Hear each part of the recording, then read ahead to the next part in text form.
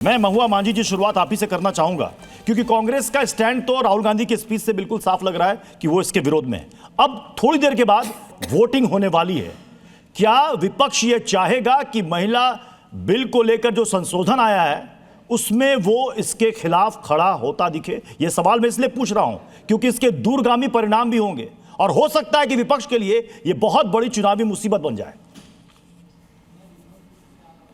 देखिए, विपक्ष कभी नहीं चाहता है कि ये महिला आरक्षण बिल ना पास हो। वो तो महिला आरक्षण बिल को पास करना चाहता है, हम सभी इसके पक्षधर हैं। हमने 2023 में ही महिला आरक्षण बिल को सर्वसम्मति से हमने उनका साथ दिया। अब 3 साल तो सत्ता पक्ष ने बर्बाद किया महिलाओं के। 3 साल उन्होंने बर्बाद इसलिए किया कि आपको पता होगा 2023 के बाद 2024 में एमपी इलेक्शन हुआ, उसके बाद हमारे स्टेट में भी एमएलए इलेक्शन हुआ। महिलाएं बहुत उम्मीद में थी कि उन्हें आरक्षण मिलेगा, लेकिन उस समय उन्होंने नहीं किया, तरह तरह के क्लॉज लगाए। और अब अचानक से जैसे ही बंगाल का चुनाव, तमिलनाडु का चुनाव, अभी सामने सारे चुनाव हैं, इस समय 3 दिन का स्पेशल सत्र लाकर वो ये दिखाना चाहते हैं कि महिलाओं के हिमायती हैं। तो वो फिर इसे परिसीमन के साथ क्यों जोड़ रहे हैं? वो तो ऑलरेडी तो क्या महुआ मांझी जी आप इस संशोधन के खिलाफ वोट करेंगी? परिसीमन के साथ जुड़ना नहीं, क्या थोड़ी देर बाद वोटिंग होने वाली, इसलिए मैं सवाल कर रहा हूं, आप इसके खिलाफ वोट करेंगी?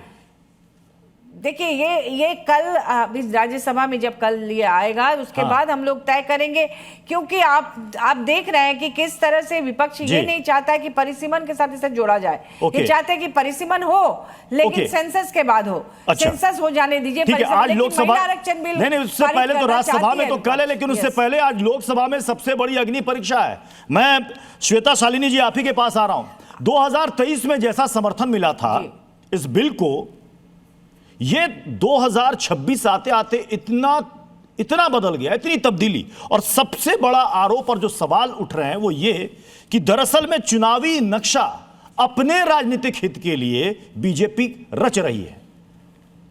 प्रत्युष जी, ऐसा है, आपने सुना होगा, मुंह में राम राम बगल में छुरी। कोई ना कोई बहाना करके, चाहे वो टाइमिंग हो, 27 सालों से महिलाएं अपने हक का इंतजार कर रही हैं। आज महुआ जी ने मुंह खोलकर ये बात नहीं कही कि वो देश की महिलाओं के साथ खड़ी हैं या नहीं खड़ी हैं। देखिए, किसी प्रियंका गांधी, किसी डिंपल यादव और किसी इंदिरा गांधी को आरक्षण की जरूरत नहीं पड़ी। ये आम लोग हैं, आम जनता है, आम महिलाएं हैं जिनको जरूरत है। जो 14 लाख महिलाएं आज पंचायती राज सिस्टम में, जिला परिषद सिस्टम में काम कर रही हैं, उनको जरूरत है कि वो ऊपर आए।